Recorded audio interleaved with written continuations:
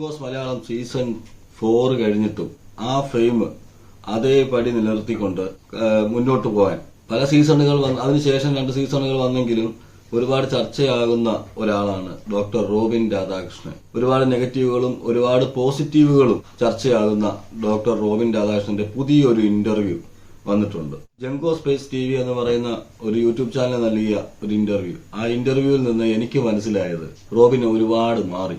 Robin ജീവിതം പഠിച്ചു. അതുപോലെ തന്നെ ഒരു ഇന്റർവ്യൂവിൽ പങ്കെടുക്കുമ്പോൾ എന്തൊക്കെ സംസാരിക്കണം, അല്ലെങ്കിൽ ഇങ്ങോട്ട് സംസാരിക്കുമ്പോൾ എങ്ങനെ അങ്ങോട്ട് അതിനെ കൗണ്ടർ ചെയ്യണം. വ്യത്യസ്തമായ ഒരു ഇന്റർവ്യൂ എനിക്ക് വളരെ ഇഷ്ടപ്പെട്ടു.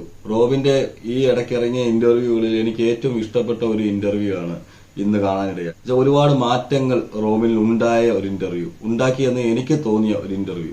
അതിൽ കുറെ ട്രോളുകൾ നമുക്ക് ട്രോളാനുണ്ട്, അതുപോലെ റോബിനും കുറെ പേരെ ട്രോളുന്നുണ്ട്.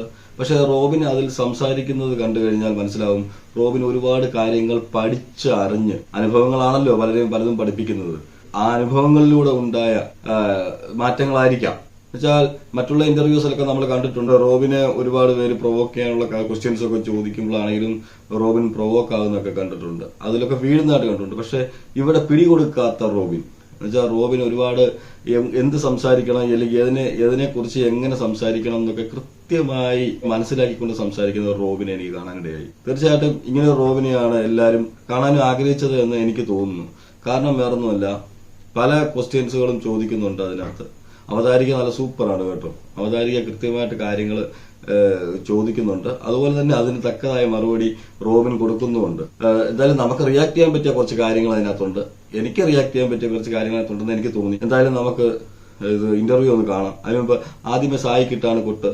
അതിന്റെ ആദ്യത്തെ ഭാഗങ്ങൾ കാണിക്കുമ്പോൾ തന്നെ അതിനകത്ത് കാണിക്കുന്നത് സായി കൃഷ്ണനെ കുറിച്ച് ചോദിക്കുന്നുണ്ട്. സായിയെ ഏറി നിറക്കാൻ ആർക്കും താല്പര്യമില്ലെന്ന് തോന്നുന്നു.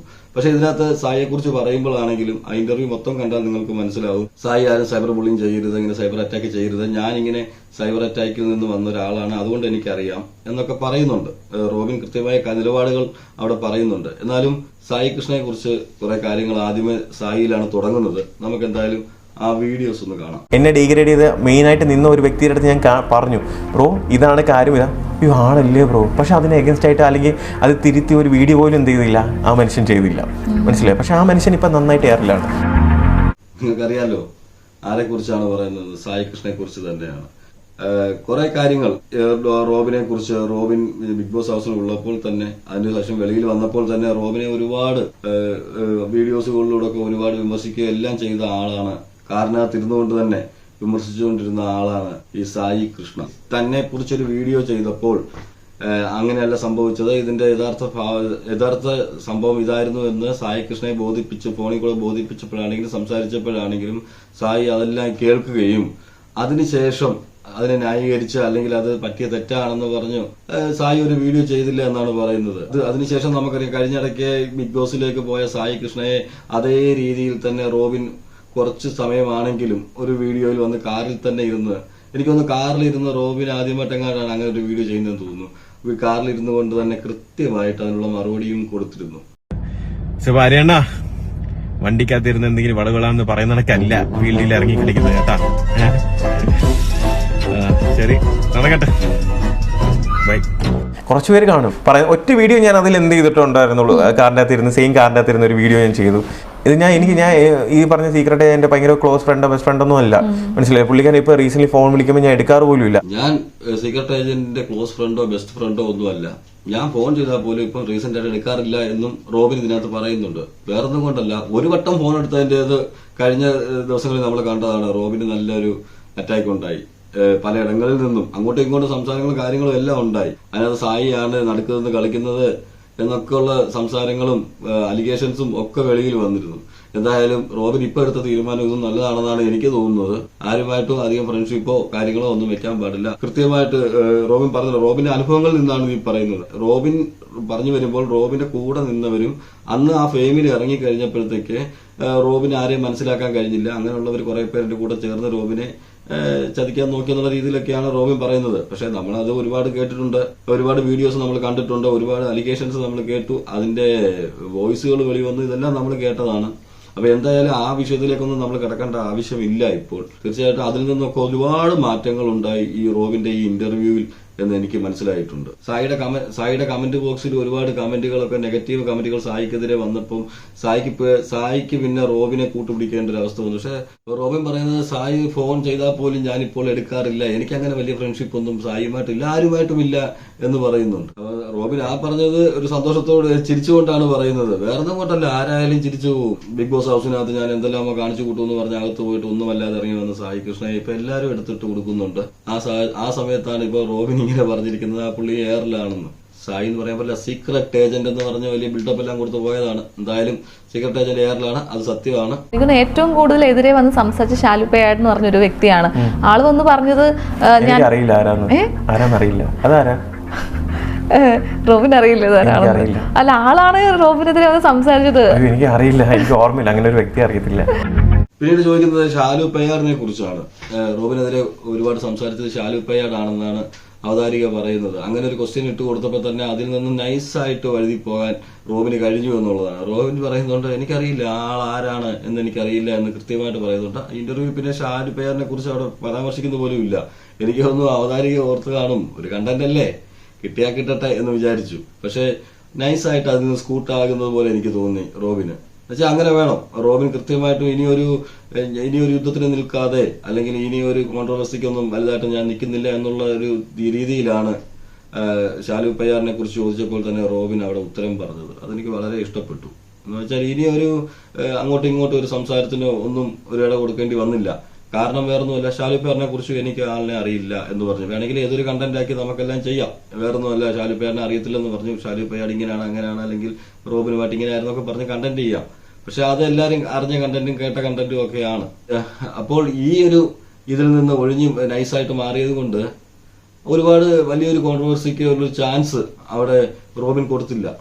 അതെനിക്ക് നല്ലൊരു മൂവ്മെന്റ് ആയിട്ട് എനിക്ക് തോന്നി. ഇപ്പൊ നമുക്ക് വേണമെങ്കിൽ പറയാം ഷാലു പയ്യാറിനെ അറിയില്ല.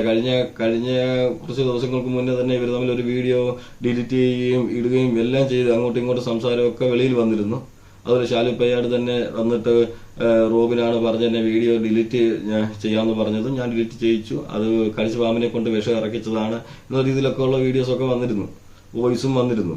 ഇനി ഒരു അതിലേക്ക് ഞാനില്ല അല്ലെങ്കിൽ അങ്ങനെ ഒരു കോൺട്രവേഴ്സിയിലേക്ക് ഞാൻ ഇല്ല എന്നുള്ള രീതിയിൽ തന്നെ ഉറച്ചു തന്നെ നിന്നുകൊണ്ട് റോബിൻ ഇതിന് ഉത്തരം നൽകുന്നതായിട്ട് എനിക്ക് തോന്നി.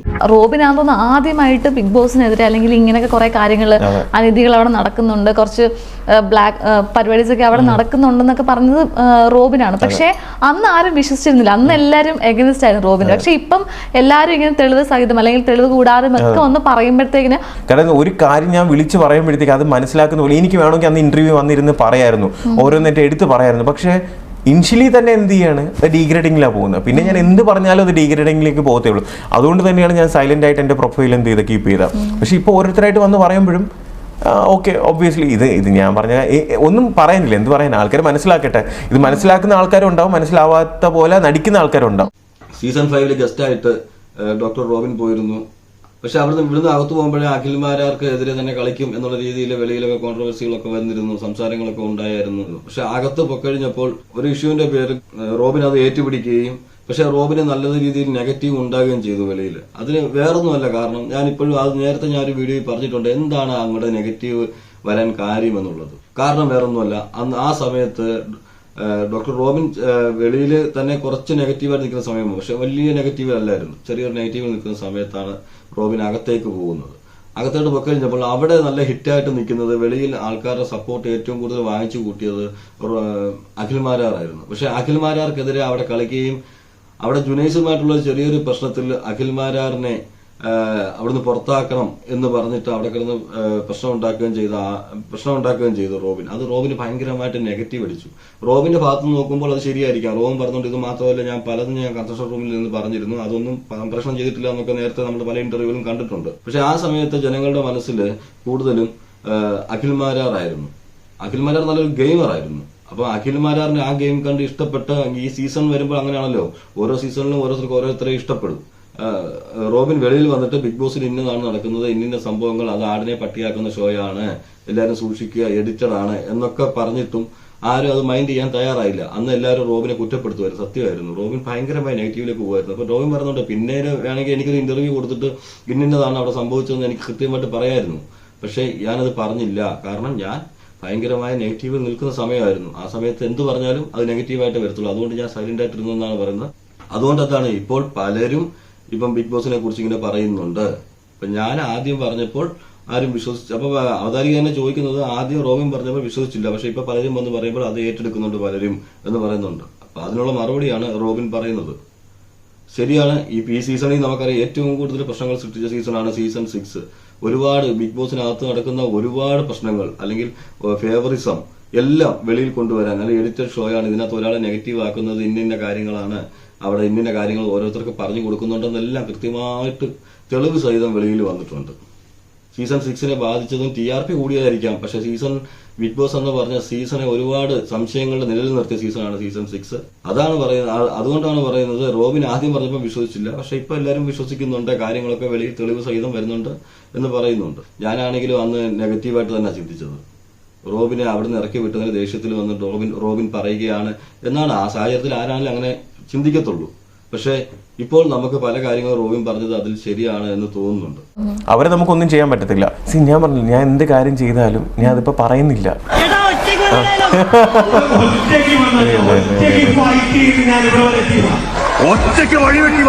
ഈ ട്രോള് അതാണ് നിവിൻ പോളി അത് സിനിമയ്ക്കകത്ത് ചെയ്യുമ്പോൾ തിയേറ്ററിൽ എല്ലാവരും അത് ആവേശത്തോടെ ആയിരിക്കും. നമ്മളത് കുറച്ചൊക്കെ പബ്ലിക്കിൽ വന്നിരുന്ന് ചെയ്തപ്പോഴത്തേക്ക് അതാ പറഞ്ഞ 2 രീതിയിൽ ആൾക്കാർ അക്സെപ്റ്റ് ചെയ്യും. മനസ്സിലായില്ലേ? ആൾക്കാർ ഓക്കെ ഇത് കാണുമ്പോൾ ഇതെന്താ ഇവൻ ഇങ്ങനെ ചെയ്യുന്നതെന്ന് വിചാരിക്കും. പക്ഷെ ലൈവായിട്ട് കണ്ട ആർക്കും പ്രശ്നമില്ല. ഇന്നേ വരെ ആരെങ്കിലും പ്രശ്നം ഉണ്ടാക്കിയിട്ടുണ്ട്? ലൈവായിട്ട് കണ്ട, ഇത് എക്സ്പീരിയൻസ് ചെയ്ത് ലൈവായിട്ട് കണ്ട ഒരു മനുഷ്യൻ പോലും അത് വന്നിട്ട് നെഗറ്റീവായിട്ട് ആരും പറഞ്ഞതായിട്ട് ഞാൻ അറിഞ്ഞിട്ടില്ല. ഇത് വെടി പൊട്ടിച്ച ആളിനും പിന്നെ കണ്ട ആൾക്കൊന്നും പ്രശ്നമില്ല. ഇത് എവിടെയിരുന്ന് കേട്ട ആൾക്കുമാണ് പ്രശ്നം. അതുപോലെ തന്നെ കഴിഞ്ഞിടയ്ക്ക് ഇറങ്ങിയ നിവിൻ പോളിയുടെ വർഷങ്ങൾക്ക് ശേഷം വന്ന സിനിമയിലെ നിവിൻ പോളിയുടെ ക്യാരക്ടർ സത്യം പറഞ്ഞാൽ അത് കണ്ടാൽ ആർക്കും മനസ്സിലാവും അത് റോബിനെ ട്രോൾ ചെയ്ത് തന്നെയാണെന്ന്. ആ റോബിന്റെ അതേ ക്യാരക്ടറാണ് അവിടെ കാണിക്കുന്നത് നിവിൻ പോളി, ആ സ്റ്റേജിൽ നിന്ന് വന്ന് പറയുന്നതും എല്ലാം. അപ്പൊ റോബിൻ പറയുന്നത്, റോബിൻ അവിടെ നമുക്കറിയാം 4th സീസൺ കഴിഞ്ഞ് ഇറങ്ങിയപ്പോഴൊക്കെ റോബിന്റെ ഒരു ഡയലോഗ് ഉണ്ടായിരുന്നു. ആ ഡയലോഗ് അലറി വിളിച്ചു പറയുന്നു എന്ന് പറഞ്ഞിട്ടൊക്കെ റോബിനെ ഇഷ്ടപ്പെട്ട് വന്നവർ, അല്ലെ റോബിന്റെ ആരാധകർ എന്ന് പറഞ്ഞാൽ റോബിനെ കാണാൻ വന്നവർ അവിടുന്ന് പറയുമ്പോൾ റോബിൻ അത് ചെയ്ത് കാണിക്കുകയാണ് ചെയ്തുകൊണ്ടിരുന്നത്. പക്ഷെ ഇത് സ്ഥിരം ഇതായി കഴിഞ്ഞപ്പോഴത്തേക്ക് അലറി വീരൻ എന്നൊക്കെ ഉള്ള പേരൊക്കെ വീണു. എപ്പോഴും അലറിക്കോട് നടക്കുവാണെന്നൊക്കെ പറഞ്ഞുകൊണ്ട്. പക്ഷെ അപ്പോഴും റോബിൻ ഈ ഇന്റർവ്യൂവിൽ കൃത്യമായിട്ട് ഒരു കാര്യം കൂടെ പറയുന്നുണ്ട്, എന്റെ ഭാഗത്തും തെറ്റുകൾ വന്നിട്ടുണ്ട്, ചിലയിടത്ത് എന്റെ കൈ വിട്ടു പോയിട്ടുണ്ട് എന്ന് പറയുന്നുണ്ട് കൃത്യമായിട്ട്. സത്യമാണ്. പലയിടങ്ങളിലും ഈ ഒരു ഡയലോഗ് വെച്ച് തന്നെ പല ഡയലോഗുകളിലും റോബിന്റെ കയ്യിൽ നിന്ന് ഒരുപാട് പോയിട്ടുണ്ട്. അത് റോബിൻ ഇതിനകത്ത് അക്സെപ്റ്റ് ചെയ്യുന്നുണ്ട്. പക്ഷെ അതൊക്കെ ഇപ്പോൾ ഞാൻ മാറ്റിക്കൊണ്ട് വന്നിട്ടുണ്ട് എന്ന് പറയുന്നുമുണ്ട്, കൃത്യമായിട്ട് അത് പറയുന്നുണ്ട്. അതുപോലെ നിവിൻ പോളി അത് കാണിക്കുമ്പോൾ ഞാൻ കാണിക്കുമ്പോൾ ഓഹോ. ഇപ്പൊ അഖിൽ മാരാർ ഇപ്പം റീസെന്റ് ഒരു ഇന്റർവ്യൂവിൽ പറഞ്ഞിരുന്നു, പുള്ളിക്കാരൻ ബിഗ് ബോസിൽ വരാനായിട്ട് ഉള്ള ഒരു റീസൺ എന്ന് പറയുന്നത് ഞാനാണെന്ന് പറഞ്ഞിരുന്നു. അപ്പം ഒറ്റയ്ക്ക് വന്ന ആളാണ്, ഒറ്റയ്ക്ക് സ്ട്രഗിൾ ചെയ്ത് ആരുടെയും ഒരു പിൻബലോ കാര്യങ്ങളോ ഇല്ലാതെ ഫൈറ്റ് ചെയ്ത് വന്ന ഒരാളാണ്. അയാളുടെ ലൈഫിൽ ഒരുപാട് കാര്യങ്ങൾ അച്ചീവ് ചെയ്യുന്നുണ്ട്.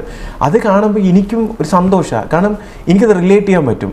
ഞാനും അതേപോലെ വന്നിട്ടുള്ള ഒരാളാണ്, മനസ്സിലായില്ലേ? പക്ഷെ എനിക്ക് ആ ഫെയിം കിട്ടിയ സമയത്ത് എനിക്കുണ്ടായ പല അബദ്ധങ്ങളും പുള്ളിക്കാരനത് വന്നിട്ടില്ല. കാരണം പുള്ളിക്കാരൻ്റെ കൂടെ നല്ല ആൾക്കാരുണ്ടായിരുന്നു. എനിക്കില്ലാതെ പോയത് അങ്ങനത്തെ കുറച്ച് ആൾക്കാരായിരുന്നു. അല്ലെങ്കിൽ എന്നെ ഗൈഡ് ചെയ്യാനോ അല്ലെങ്കിൽ എനിക്ക് ഞാൻ പറയാം എൻ്റെ ഫെയിം എനിക്ക് ഹാൻഡിൽ ചെയ്യാൻ പറ്റിയിട്ടില്ല. അപ്പം വ്യക്തിപരമായിട്ട് എനിക്കും പുള്ളിക്കാരനും ഒരു ഇഷ്യൂവും കാര്യങ്ങളും ഒന്നുമില്ല. എനിക്ക് കുറിച്ചാണ് പിന്നീട് പറയുന്നത്. എനിക്കിത് കറക്റ്റായിട്ട് തോന്നി. അഖിൽ മാരാറിനെ കുറിച്ച് പറഞ്ഞത്, റോബിനെ കുറിച്ച് റോബിൻ വിലയിരുത്തി പറയുന്ന കാര്യങ്ങളും ഇത് രണ്ടും കറക്റ്റായിട്ട് തന്നെ പറഞ്ഞതായിട്ട് എനിക്ക് തോന്നി. എന്താ വെച്ചാല് അഖിൽ മാരാർ വെളിയിലേക്ക് വന്നു കഴിഞ്ഞപ്പോൾ അഖിൽ മാരാറിന്റെ കൂടെ കൂടാൻ കുറെ നല്ല ആൾക്കാർ ഉണ്ടായിരുന്നു എന്ന് പറയുന്നുണ്ട്. പക്ഷെ റോബിൻ ഇറങ്ങിയ ആ ഫെയിമിൽ റോബിൻ എന്ത് ചെയ്യണമെന്ന് ഒന്നും അറിയാത്ത സമയത്ത് കുറെ നല്ല ആൾക്കാർ എന്റെ കൂടെ ഇല്ലായിരുന്നു. എനിക്ക് ഗൈഡ് തരാനോ അല്ലെങ്കിൽ എനിക്കിത് ഇന്നത് ശരിയാണ് ഇന്നത് തെറ്റെന്ന് പറഞ്ഞു കൊടുക്കാനോ റോബിന് ആളില്ലായിരുന്നു എന്നാണ് പറയുന്നത്. അത് മാത്രമല്ല റോബിന് ഒരുപാട് ഓവർ കോൺഫിഡൻസ് ഒക്കെ ആയിരുന്നു. നമുക്കറിയാം വലിയൊരു ഫാനിസം എന്ന് വെച്ചാൽ ബിഗ് ബോസ് സീസണുകളിൽ വെച്ച് ഏറ്റവും കൂടുതൽ ഫാനിസം ഉണ്ടാക്കിയ ആളാണ് റോബിൻ. അപ്പൊ അങ്ങനെയുള്ള ഒരു സമയത്ത് കുറെ പേര് കൂടെ വന്ന് കൂടി. അപ്പൊ റോബിൻ തന്നെ ബിഗ് ബോസ് ഹൗസിനാണെന്ന് പറഞ്ഞിട്ടുണ്ട്, എനിക്ക് അങ്ങനെ വലിയ ഫ്രണ്ട്ഷിപ്പ് ഒന്നും ഇല്ല, അങ്ങനെ വലിയ കൂട്ടുകാരൊന്നും ഇല്ല എന്നൊക്കെ പറഞ്ഞിട്ടുണ്ട്. അപ്പം അങ്ങനെ കുറച്ച് കൂടിയപ്പോ കുറച്ച് പേരെ വിശ്വസിച്ചെന്നാണ് പറയുന്നത്. ആ വിശ്വസിച്ചവരെന്നെ ചതിച്ചെന്നുള്ള രീതിയിലാണ് റോബിൻ സംസാരിക്കുന്നത്. അതുപോലെ അഖിൽ മാരാറിന്റെ കാര്യം കൃത്യമായിട്ട് വിലയിരുത്തുന്നുണ്ട്. അഖിൽ മാരാറും എന്നെ പോലെ ഒറ്റയ്ക്ക് തന്നെ വന്നതാണ്, കഷ്ടപ്പെട്ടാണ് കപ്പ് നേടിയതെന്നും കഷ്ടപ്പെട്ടാണ് അവിടെ കളിച്ചതെന്നും കഷ്ടപ്പാടിൽ നിന്ന് വന്നതാണെന്നുള്ളത് കറക്റ്റ് അത് പറയുന്നുണ്ട്. രണ്ടുപേരും നമ്മൾ നോക്കിക്കഴിഞ്ഞാൽ രണ്ടുപേരും സെയിം ഇതിൽ തന്നെ വന്ന ആൾക്കാരാണ്. അഖിൽ മാരാറിനും തരക്കേടില്ലാത്ത ഫാനിസം ഉണ്ടെന്ന് നമുക്കറിയാം. ആ ഫാനിസത്തെ നിയന്ത്രിച്ചു കൊണ്ടുപോകാൻ അല്ലെങ്കിൽ അതിനൊരു ലിമിറ്റിൽ നിർത്താൻ അഖിൽ മാരാർക്ക് കഴിഞ്ഞു. പക്ഷേ റോബിന് അത് പറ്റിയില്ല. അതാണ് റോബിന് പറ്റിയ ഏറ്റവും വലിയ അബദ്ധവും. അത് എല്ലാവരും എപ്പോഴും പറയുന്ന കാര്യവുമാണ്. റോബിന് പറ്റിയത് എന്താണെന്ന് വെച്ചാൽ റോബിൻ ആ ഒരു ഫാൻസത്തിന്റെ വലയിലായിപ്പോയി. ആ വലയിൽ നിന്നുകൊണ്ട് റോബിന് പിന്നെ പുറത്തു വരാൻ കുറെ സമയമെടുത്തു, കുറെ കാലങ്ങൾ എടുത്തെന്ന് വേണമെങ്കിൽ പറയാം. കുറെ 1-2 വർഷം എടുത്തു. അതൊക്കെ ഒന്ന് റിവീൽ ചെയ്ത് വരാൻ കുറച്ച് സമയം എടുത്തു എന്ന് വേണമെങ്കിൽ നമുക്ക് പറയാൻ പറ്റും. എന്തായാലും ഈ ഇന്റർവ്യൂ നിങ്ങൾ കയറി കാണണം, മൊത്തവും ഫുള്ളായിട്ട് കാണണം. എന്ന് വെച്ചാല് റോബിൻ കുറെ കാര്യങ്ങൾ, റോബിന്റെ മറ്റുള്ള ഇന്റർവ്യൂസ് പോലെയല്ല, റോബിൻ കുറെ കാര്യങ്ങൾ കൃത്യമായിട്ട് വിലയിരുത്തുന്നുണ്ട്. റോബിന്റെ സ്വഭാവത്തിലായിക്കോട്ടെ, റോബിന്റെ ആ സംസാരത്തിലായിക്കോട്ടെ ഒരുപാട് മാറ്റങ്ങൾ വന്നതായിട്ട് എനിക്ക് ഫീൽ ചെയ്തിട്ടുണ്ട് ഈ ഇന്റർവ്യൂ കണ്ടപ്പോൾ. എനിക്ക് വളരെ ഇഷ്ടപ്പെട്ട ഒരു ഇന്റർവ്യൂ എന്ന് തന്നെ ഞാനിത് പറയാം. അപ്പൊ നിങ്ങളിത് കയറി ഇത് കാണുക. നിങ്ങളുടെ അഭിപ്രായങ്ങൾ, ഈ വീഡിയോയെ കുറിച്ചുള്ള നിങ്ങളുടെ അഭിപ്രായങ്ങൾ കമന്റ് ചെയ്യുക. ഓക്കെ, റോബിന് ഇനിയും നല്ല നല്ല ഉയരങ്ങളിലേക്ക് പോകട്ടെ എന്ന് നമുക്ക് പറയാനുള്ളൂ. പിന്നെ വിമർശനം എന്ന് പറയുന്നത് എന്നെ സംബന്ധിച്ചിടത്തോളം ഞാൻ പറയാം, വിമർശനം എന്ന് പറയുന്നത് എല്ലാവർക്കും വിമർശിക്കാനുള്ള അധികാരവും എല്ലാം ഉണ്ട്. ഒരാളെ നമുക്ക് വിമർശിക്കാം, നമുക്ക് തെറ്റാണെന്ന് തോന്നിയാൽ വിമർശിക്കാം. പക്ഷെ വിമർശിക്കുന്നതിന് ഒരു ലിമിറ്റ് ഉണ്ട്. ആ ലിമിറ്റിൽ നിന്ന് വിമർശിക്കുന്ന ആളാണെന്നാണ് എന്റെ തോന്നൽ. ഞാൻ ഒരാളെ അടച്ചാക്ഷേപിക്കാനോ അല്ലെങ്കിൽ അടച്ച് അങ്ങ് ഇല്ലാതാക്കാനോ ഞാൻ ശ്രമിച്ചിട്ടില്ല എന്റെ വീഡിയോസിലൊന്നും. ഞാൻ പറഞ്ഞിട്ടുണ്ട്, ആദ്യം പോലെ പറഞ്ഞു, ഞാൻ 2 ഭാഗവും കേട്ട് മാത്രം സംസാരിക്കുന്ന ആളാണ്. എനിക്ക് ശരി എന്ന് തോന്നുന്നത് കൃത്യമായിട്ട് നല്ല രീതിയിൽ പറയാനേ ഞാൻ ശ്രമിച്ചിട്ടുള്ളൂ. അല്ലാതെ ഇപ്പോൾ ഒരാളെ സൈബർ ബുള്ളി ചെയ്ത് അങ്ങ് ഒതുക്കി നിർത്തണം, അല്ലെങ്കിൽ ഒരാളെ നമ്മൾ കട്ടയ്ക്ക് ഒരാളെ മാത്രം നമ്മൾ അങ്ങ് ടാർഗറ്റ് ചെയ്ത് അങ്ങ് ഇല്ലാതാക്കണം, ഇതൊന്നും എന്റെ പോളിസിയിൽപ്പെട്ട കാര്യങ്ങളല്ല.